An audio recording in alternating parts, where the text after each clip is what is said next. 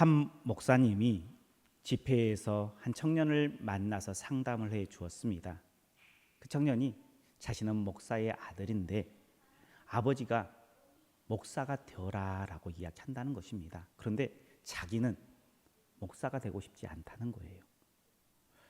그래서 아버지의 뜻을 따라야 할까요? 아니면 내가 원하는 삶을 살아가야 할까요? 라고 목사님께 물었습니다. 우리 성도님들이라면 어떻게 권면해 주시겠습니까?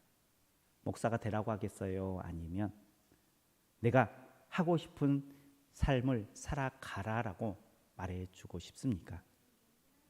이 목사님이 그 청년의 이야기를 듣고 이렇게 이야기합니다. 당신이 그러면 예수님을 인격적으로 만났습니까? 라고 물어요.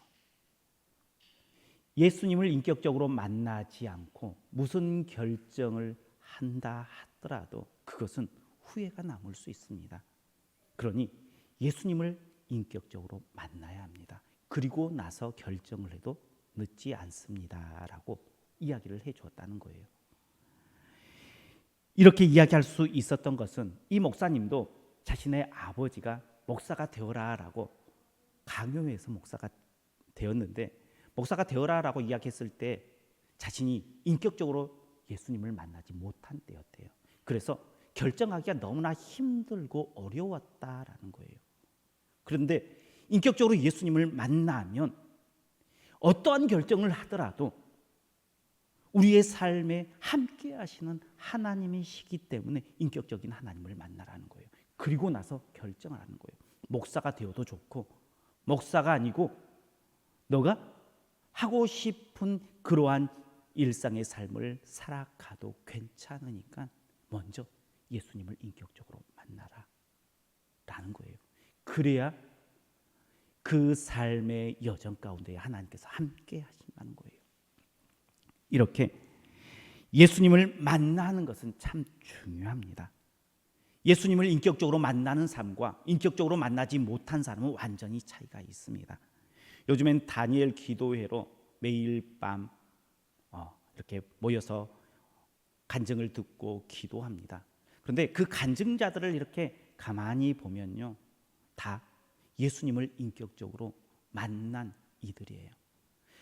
처음부터 예수님을 인격적으로 만나서 꾸준히 예수님의 하나님의 사랑을 흘려보낸다라고 간증하는 분들도 계시고요. 반면에 처음에는 내가 하고 싶은 대로 내 뜻대로 이렇게 저렇게 살다가 특별한 계기를 통해서 예수님을 인격적으로 만난 다음에 그 다음에 하나님의 사랑을 흘려보내는 그러한 일들, 그러한 사역들, 그것들을 간증하는 것을 보게 됩니다.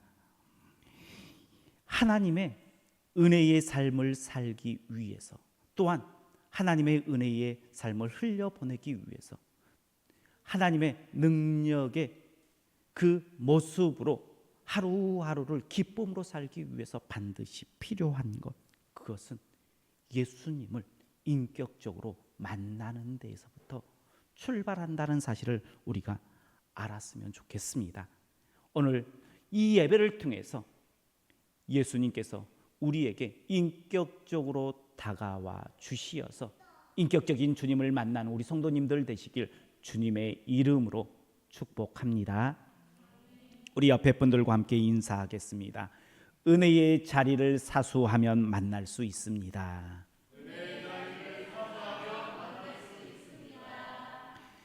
인격적인 주님을 만나기 위해서 반드시 사수해야 될 자리들이 있습니다. 학생은 책상을 사수해야 돼요. 그죠?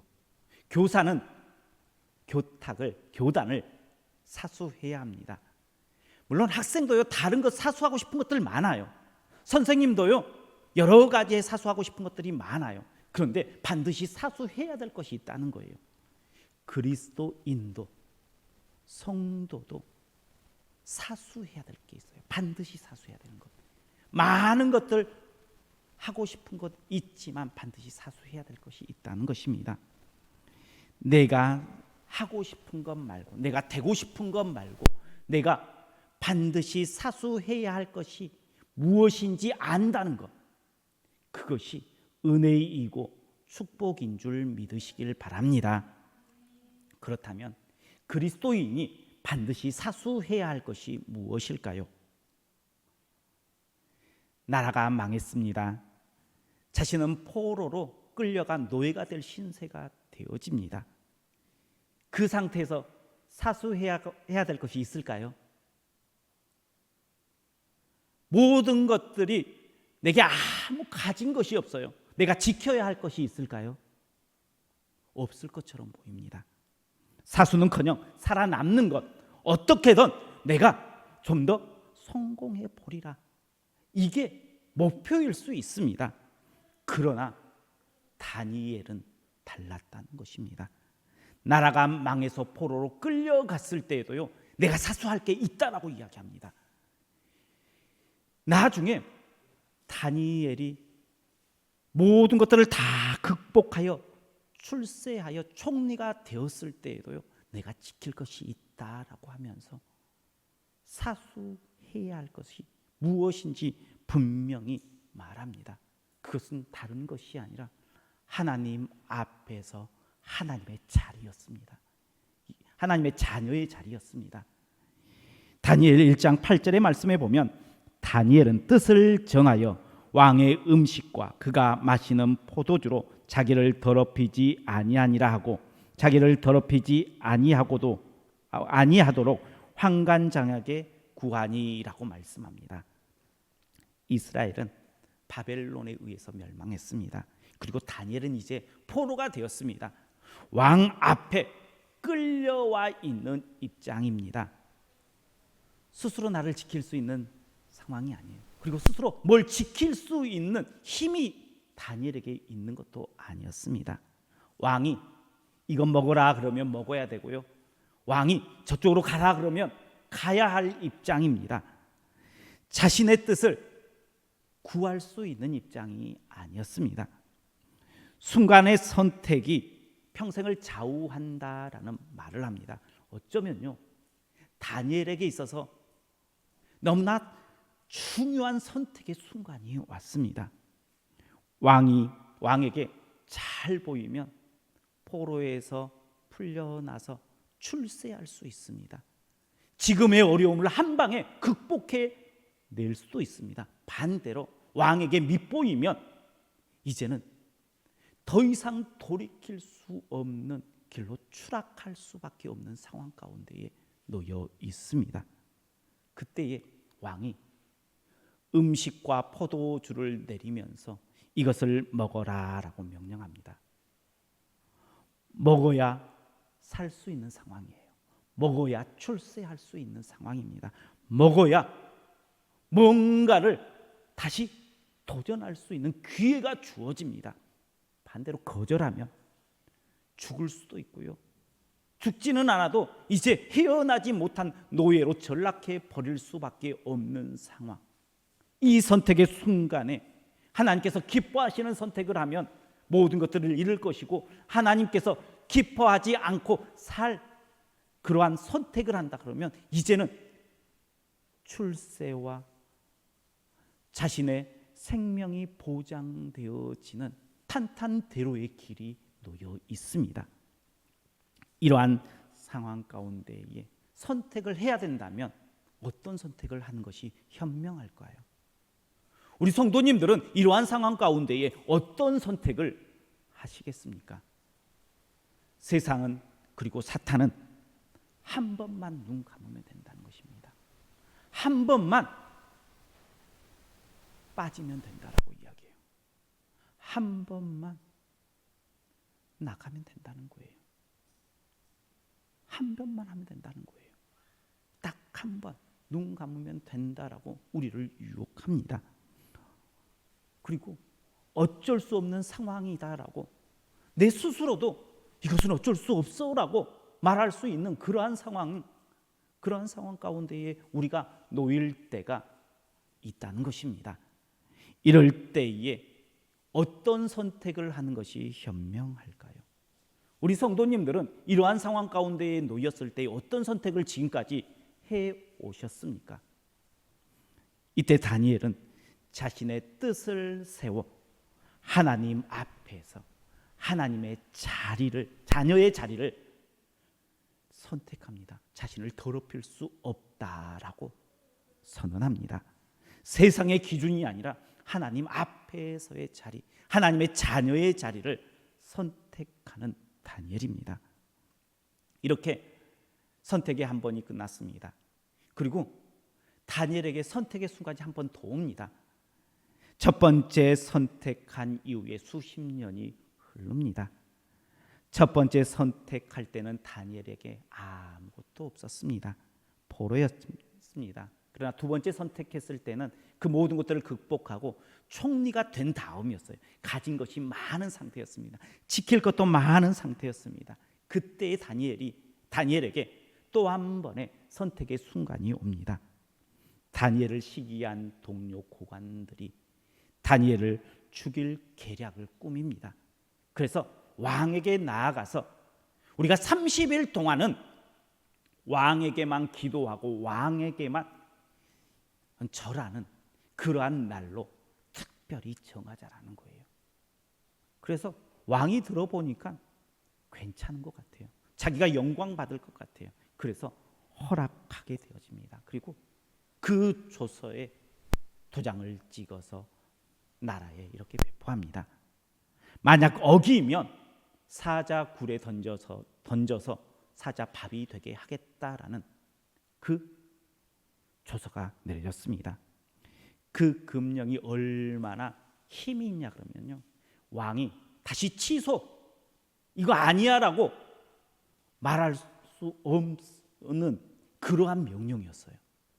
그러니까 왕도 이것을 돌이킬 수 없을 만큼 이것은 반드시 지켜져야 할, 어떻게 보면 세상 말로 빼도 박도 못하는 그런 상황 가운데에 있는 모습입니다. 이는 다니엘이 하루에 3번씩 매일 하나님께 기도한다는 사실을 동료 고관들이 알았어요. 그래서 이 기회에 다니엘을 숙청해야겠구나, 제거해야겠구나라는 계략이었습니다. 이렇게 다시 다니엘에게 두 번째 선택의 순간이 찾아왔습니다. 첫 번째 순간에는 지킬 것이 없어요. 그러니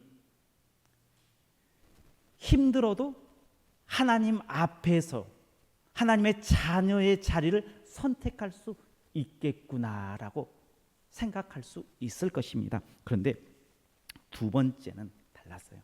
지킬 게 많아요. 아내도 있고 자녀도 있고요, 명예도 있고요, 아픈 노후가 다 보장이 되어 있어요. 자기가 가지고 있는 집, 그리고 많은 재산들 한순간에 다 놓쳐버릴 수 있는 상황입니다. 이때에 다니엘의 선택은 무엇입니까? 오늘 본문 말씀, 우리 6장 10절 말씀 다시 한번 보도록 하겠습니다. 다니엘이 이 조서에 왕의 도장이 찍힌 것을 알고도 자기 집에 돌아가서는 윗방에 올라가 예루살렘으로 향한 창문을 열고 전에 하던 대로 하루 3번씩 무릎을 꿇고 기도하며 그의 하나님께 감사하였더라. 아멘. 이번에도 다니엘은 무엇을 선택했습니까?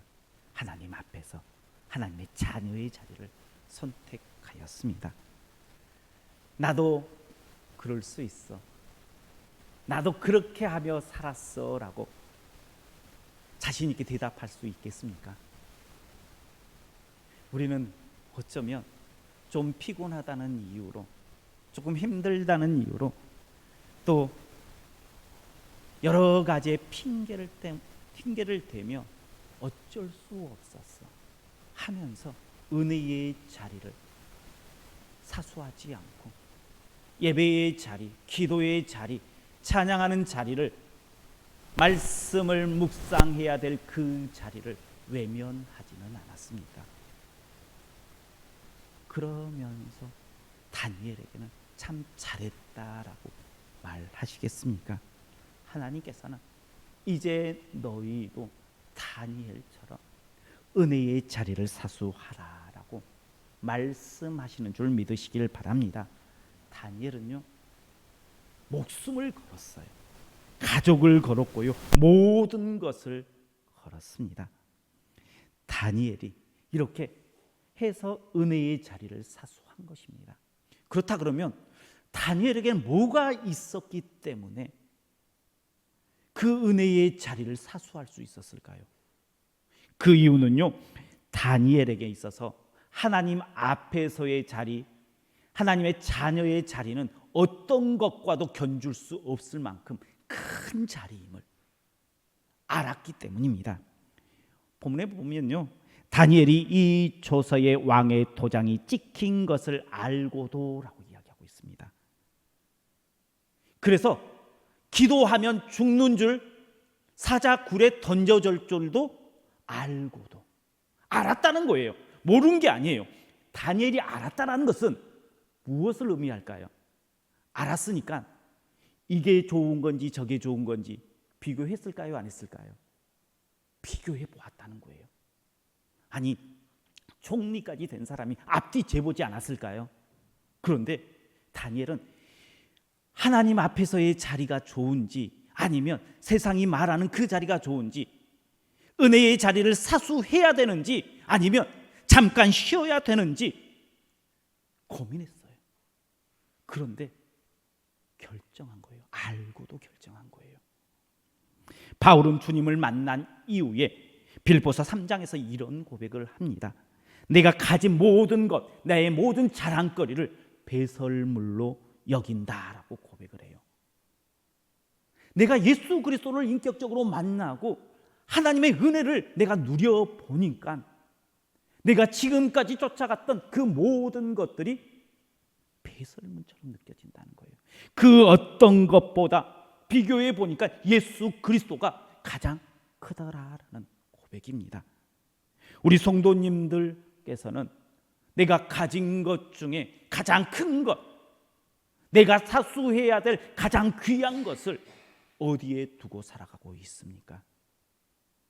바로 내가 생각했을 때에 반드시 사수해야 할 것, 가장 큰 것은 바로 예수 그리스도이십니다. 고백할 수 있는 우리 성도님들 되시길 주의 이름으로 축복합니다.